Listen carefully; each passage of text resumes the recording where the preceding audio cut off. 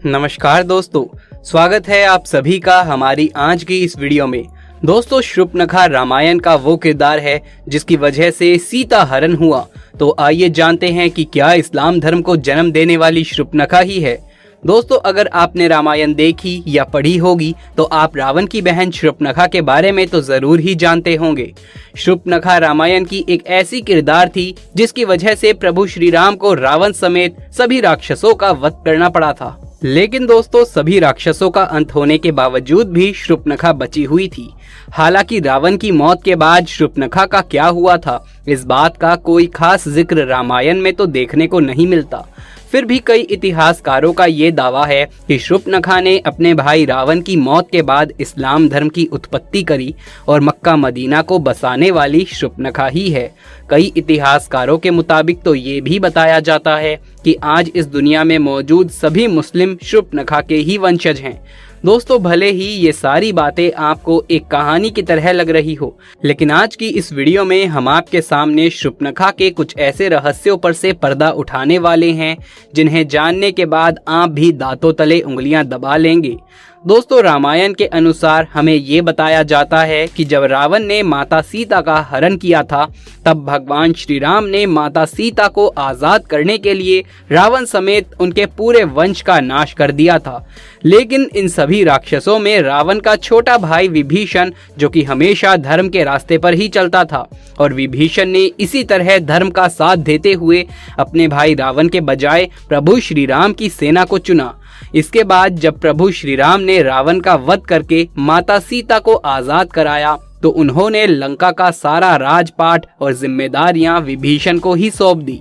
लेकिन उसके बाद शूर्पणखा कहाँ गई और आखिर उसका क्या हुआ था, इस बात का जिक्र हमें रामायण के किसी भी पन्ने पर देखने को नहीं मिलता। दरअसल दोस्तों, जब शूर्पणखा भगवान श्री राम से आकर्षित होकर उनसे विवाह करने का प्रस्ताव लेकर आई थी, तो भगवान श्री राम शूर्पणखा से विवाह करने के लिए उसे साफ साफ मना कर देते हैं, क्योंकि भगवान राम पहले से ही माता सीता से विवाह कर चुके थे।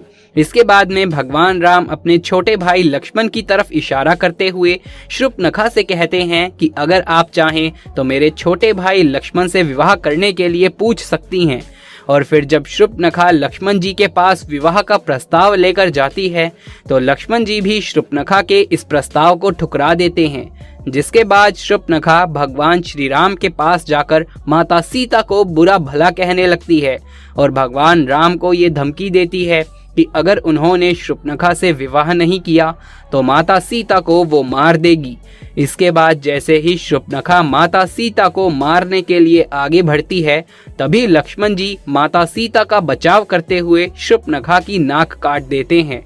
इसके बाद शूर्पणखा जब अपनी कटी हुई नाक को लेकर अपने भाई रावण के पास जाती है और उसे सारी बातें बताती है, तो रावण अपनी बहन के इस अपमान को सुनकर बेहद क्रोधित हो जाता है और माता सीता का अपहरण कर लेता है। और फिर भगवान राम रावण को मृत्यु दंड की सजा देते हैं। लेकिन दोस्तों, हमेशा से ही लोगों के जहन में ये सवाल बना हुआ है कि इसके बाद में शूर्पणखा ने क्या किया। कई इतिहासकारों के मुताबिक ये बताया जाता है कि शूर्पणखा खुद को दुनिया की सबसे सुंदर स्त्री मानती थी, और जब लक्ष्मण जी ने माता सीता को बचाने के लिए उसकी नाक काट दी थी, तो वो अपने चेहरे को देखकर बहुत ही शर्म महसूस किया करती थी, और नाक कटने के बाद वो हमेशा अपने चेहरे को एक काले कपड़े से छुपा कर रखती थी। शूर्पणखा को जब ये पता चला कि उसके सारे भाई प्रभु श्री राम के हाथों मारे जा चुके हैं, तो उसने दैत्य गुरु शुक्राचार्य के पास जाने का फैसला किया और वहां जाकर उन्हीं के आश्रम में रहने लगी। शूर्पणखा और शुक्राचार्य दोनों ही राक्षसों के वंश को आगे बढ़ाना चाहते थे, जिसके लिए शुक्राचार्य जी ने भगवान शिव की कठोर तपस्या करी। शुक्राचार्य जी की इस तपस्या से प्रसन्न होकर भगवान शिव ने उन्हें असुरों के अमर होने के बजाय वरदान के रूप में एक शिवलिंग दे दिया और ये भी बताया कि जिस दिन कोई भी वैष्णव यानी कि भगवान विष्णु का अवतार या फिर कोई भी ऐसा भक्त जो भगवान विष्णु को सच्चे दिल से मानता हो, अगर उसने इस शिवलिंग पर गंगा जल छिड़क दिया तो उसी समय इस दुनिया से संपूर्ण राक्षस जाति का विनाश हो जाएगा।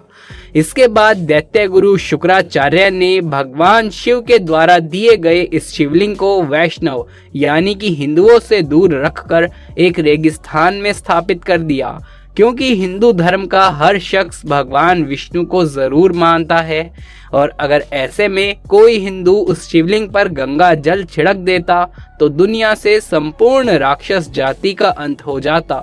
इसीलिए शुक्राचार्य ने इस शिवलिंग को दूर ले जाकर एक रेगिस्तान में इसकी स्थापना कर दी।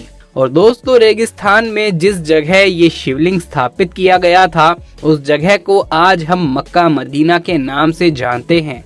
दोस्तों, भले ही ये सारी बातें सुनने के बाद आपको हजम ना हो रही हो, लेकिन आपने कई विवादित बयानों में ये जरूर सुना होगा कि प्राचीन काल में यहाँ पर मंकेश्वर महादेव का एक मंदिर हुआ करता था, जहाँ भगवान शिव का एक शिवलिंग स्थापित था। दोस्तों, ये वही शिवलिंग है जिसे भगवान शिव ने दैत्यों के गुरु शुक्राचार्य को दिया था और इस शिवलिंग को दैत्य गुरु शुक्राचार्य ने हिंदुओं से छुपाने के लिए भारत से दूर सऊदी अरब में मक्का में स्थापित कर दिया था। शुक्राचार्य ने शिवलिंग को सऊदी अरब में इसीलिए स्थापित किया था क्योंकि उन्हें ऐसा लगता था कि ये बात कभी किसी हिंदू को नहीं पता चलेगी और इससे राक्षसों का वंश भी सुरक्षित रहकर आगे बढ़ता जाएगा। आपको बता दें कि दैत्य गुरु शुक्राचार्य ने इस शिवलिंग की सुरक्षा का काम शूर्पणखा को सौंप दिया था। उस समय शूर्पणखा हमेशा ही अपने चेहरे को कपड़े से ढककर रखा करती थी और फिर शूर्पणखा ने अपने वंश को आगे बढ़ाने के लिए कई बच्चों को जन्म दिया, जिसके बाद में वही बच्चे आज शूर्पणखा की इस परंपरा को निभाते आ रहे हैं। जी हाँ दोस्तों, हम बात कर रहे हैं मुसलमानों की, क्योंकि आपने जब भी मुसलमान महिलाओं को देखा होगा तो ये गौर किया होगा कि वो हमेशा ही अपने चेहरे को ढककर रखती हैं और इसके लिए वो बुर्का पहनती हैं। मुसलमान महिलाओं के इन कपड़ों में केवल उनकी आंखें ही नजर आती हैं और जब नाक कटने के बाद में शूर्पणखा अपने चेहरे को कपड़े से छुपा कर रखती थी तो उसकी भी सिर्फ आंखें ही नजर आती थी। मक्का मदीना में मंकेश्वर महादेव का जो शिवलिंग स्थापित किया गया था उसकी सुरक्षा के लिए शूर्पणखा ने वहीं पर रहना शुरू कर दिया था और मक्का मदीना आज दुनिया की एक ऐसी जगह बन चुकी है जहां पर हिंदुओं का जाना साफ तौर पर मना है। इसके अलावा दोस्तों, बताया तो ये भी जाता है कि सऊदी अरब में जिस जगह पर मक्का मदीना मौजूद है उसके आसपास तक की सभी जगहों पर हिंदुओं को रहने की इजाज़त बिल्कुल भी नहीं दी जाती है। मक्का मदीना में रहकर ही शूर्पणखा ने अपने वंश को आगे बढ़ाया और नई नई परंपराओं का भी निर्माण किया। इसमें से एक परंपरा थी बुर्का पहनने की और ये रिवाज शूर्पणखा के समय से ही चला आ रहा है। दोस्तों, ऐसा बताया जाता है कि द्वापर युग बीत जाने के बाद शूर्पणखा के वंशज आज के समय में इब्राहिम धर्म के अनुयायी हैं और इस वजह से इस्लाम धर्म में शुक्रवार को एक विशेष महत्व दिया जाता है। इस बात का जिक्र धार्मिक ग्रंथों में भी किया जा चुका है। अब दोस्तों, ये सारी बातें किनारे करके अगर इस कहानी पर गौर फरमाया जाए तो जरा एक बार सोच कर देखें कि आखिर ऐसी कौन सी वजह है जिसके चलते किसी भी हिंदू का मक्का मदीना के अंदर जाना साफ तौर पर मना है और अगर कोई हिंदू चाहे भी तो मक्का के अंदर नहीं जा सकता। आखिर कौन सी चीज है जो सभी हिंदुओं को मक्का मदीना के अंदर जाने से रोकती है? दोस्तों, इस बात के पीछे ऐसा कोई ना कोई ठोस कारण तो जरूर होगा जिसने हिंदुओं के वहां जाने पर प्रतिबंध लगा रखा है। तो ऐसे में दोस्तों, क्या आपके दिमाग में कभी ये सवाल आया है कि मक्का के ऊपर काले रंग का ये कपड़ा क्यों रखा जाता है? चलिए इसके बारे में भी जानते हैं। दोस्तों, ये काला रंग संपूर्ण राक्षस जाति का प्रतीक माना जाता है और साथ ही किसी भी हिंदू को ये पता न चल जाए कि इस्लाम के अनुयायी भी हमारी तरह शिव जी की पूजा करते हैं या उनमें आस्था रखते हैं।